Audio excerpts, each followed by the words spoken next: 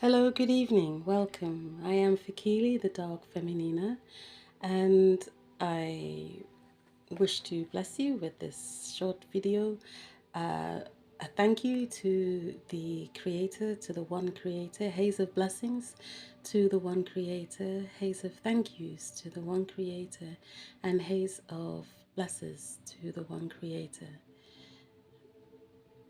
There is only one Creator, and the Creator likes giving history lessons.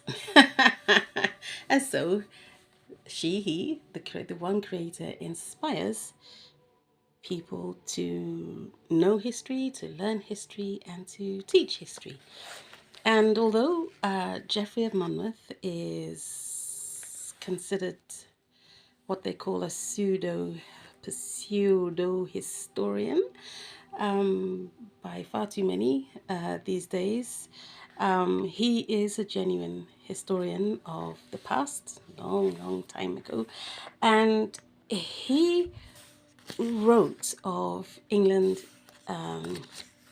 from very early times of King Brutus, which is his time is approximately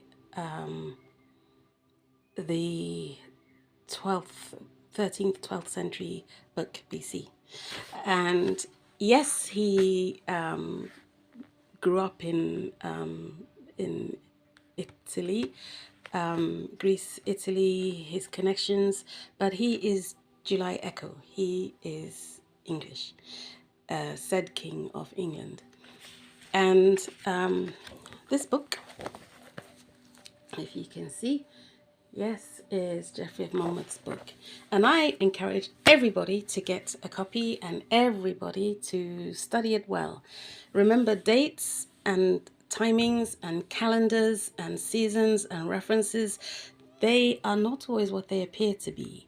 And because this is not so comprehensively taught anymore in the schools, so that people are really clear, what's happened is those who don't respect historians of the past have decided to try telling us all that there's no need to teach him properly.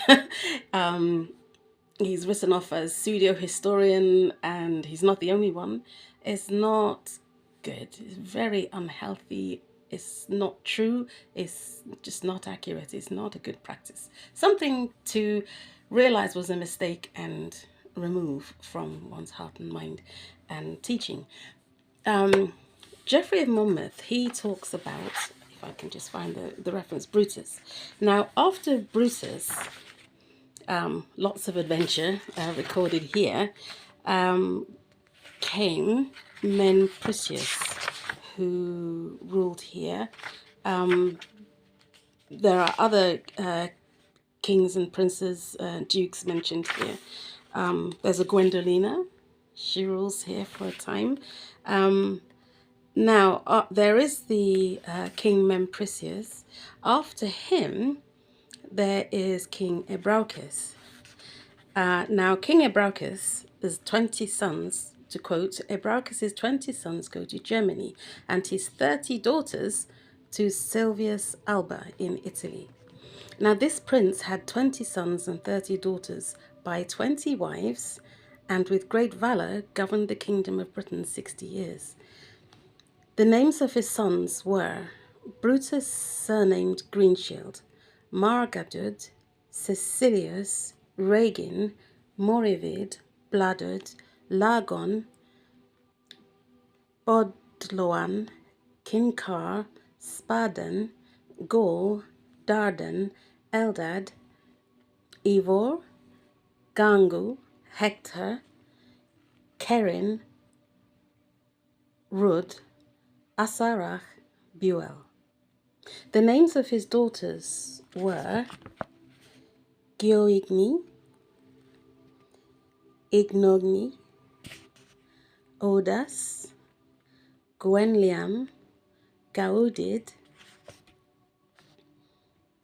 Angarad, Gwendoloe, Tangustel, Gorgon, Medlan, and Methahel, Ura, Malure, Cambreda, sorry, my eyesight, Cambreda, Ragan, Gael, Erkub, Nest, Cheun,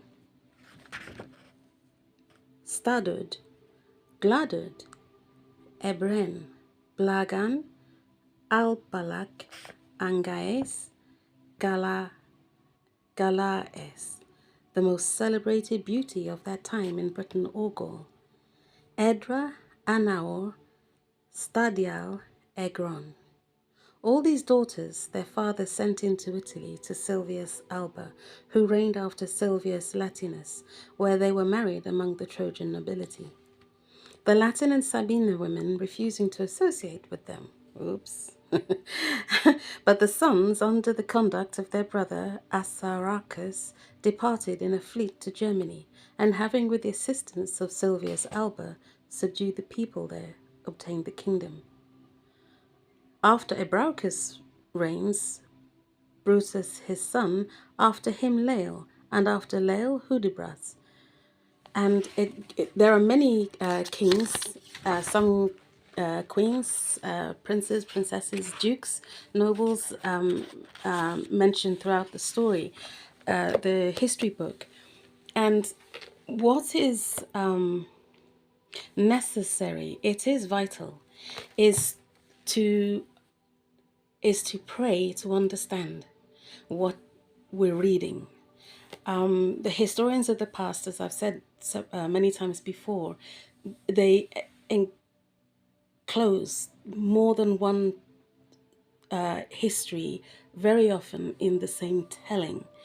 And as I say, the dates, the reference, they're not always what they seem. Even the events recorded they're not all as they seem. Sometimes they've actually recorded accusations made against people that had either become or were becoming or were prophesied to become a problem.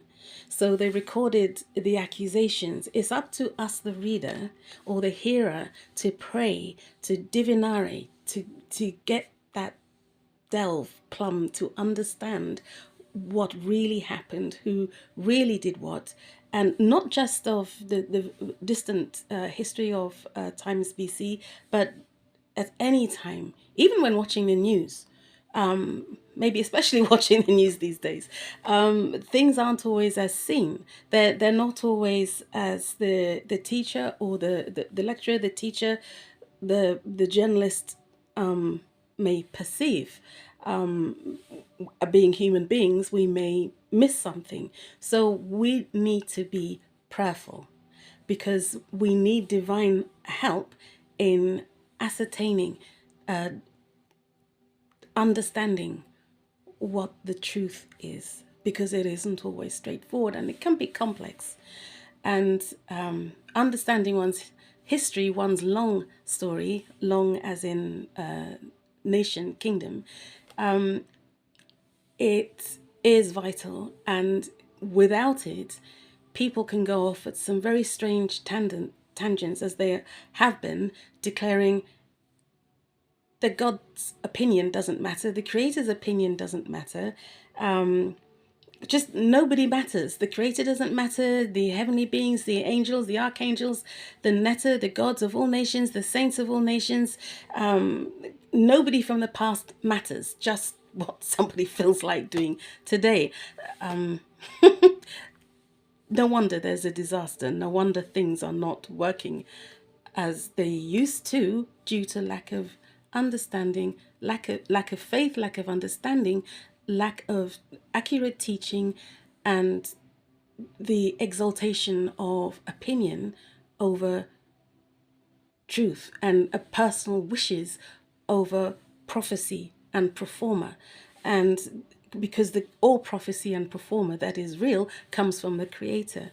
And history telling is a vital part in a nation understanding herself. And even understanding language, herself, she, to refer to a nation, is a reference to the feminina in creation.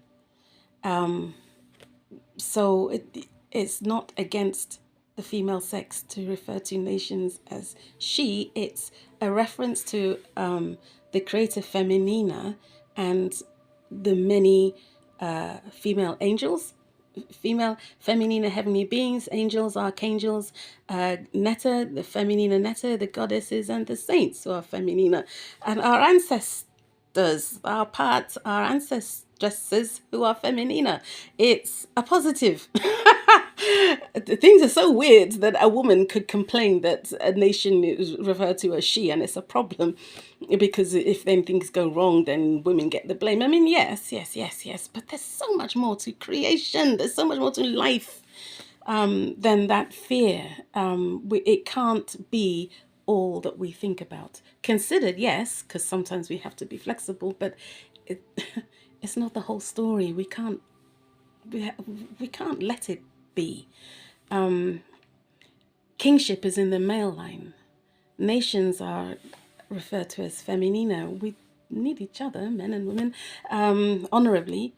But I just wanted to cheer on anyone else. Well, first, Geoffrey of Monmouth and Nennius and Bishop Asser. He's not all the horrible person that you may think. Poor Bishop Asser. And then there is St. Oswald. There's so many people have written histories and are being essentially discredited if at first sight what they've written doesn't seem to add up to what is favoured as history. And some of that is because, as I've said several times, prophecy said there'll come a time, 20th century, 21st century, when there's not enough royaume knowledge being taught, and people won't appreciate who they're reading about, their real portraits. They just won't. And that's unfortunately what's happened. And so some of the insulting even histories were written to actually dent the power of the evil that wanted Kyalo, Africa, to have no respect whatsoever. They wanted and to lose everything forever. And for Britain to just not be able to take her place in the Segundo prophecy due to no longer knowing who she is. So we're encouraged. So the reason, is to. It's not all meant in racist ways or the nationalistic, bombastic rude to every other nation. It's not. It was not everybody who wrote like that or who spoke like that meant that. It was an attempt on the part of many to actually end the evil that was trying to destroy the world, and that made horrible attempts in the First and Second World Wars. The Holocaust before the Second World War had started, and every other horrible apartheid, the loss of land in horrible interwars because of people not knowing all sorts of aspects of royaume, including Latin. Was all languages come from the Nile Valley. All languages come from Mboku, from Kyalo Tutsi, and the 17th dynasty or generation of Kyalo Tutsi favoured Latin and Spanish, as well as what we call Latin and Spanish, because those languages became a prophesied part of Italy and Spain. The 18th het or generation or dynasty, they favoured Latin and French, Francine.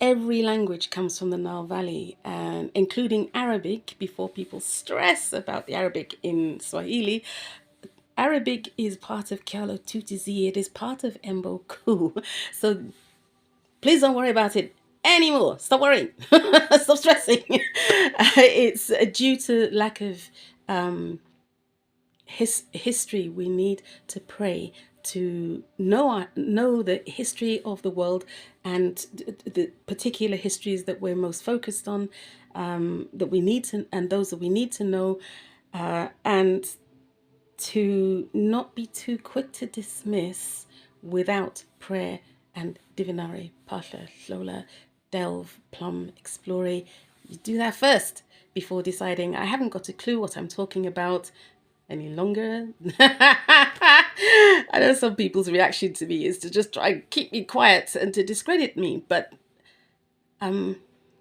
if you can feel in your soul, in your bones, that what I'm saying is true, then certainly I encourage you to, if you haven't already started, then to be prayerful, to ask the Netta what they want you to understand when you're trying to understand history. It matters because obviously when people don't know their history well enough, hatred comes and arguments and disputes that just not being resolved due to not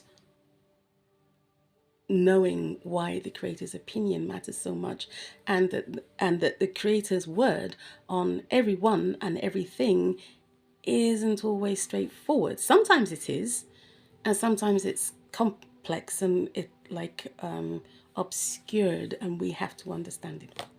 Okay, and that goes with understanding history. Okay, so yes, to Geoffrey of Monmouth, and to respecting him again, because we really, really need to. England, Kyalo Bara, England, land, we need to. Blessings for stopping this way. Amen and amen.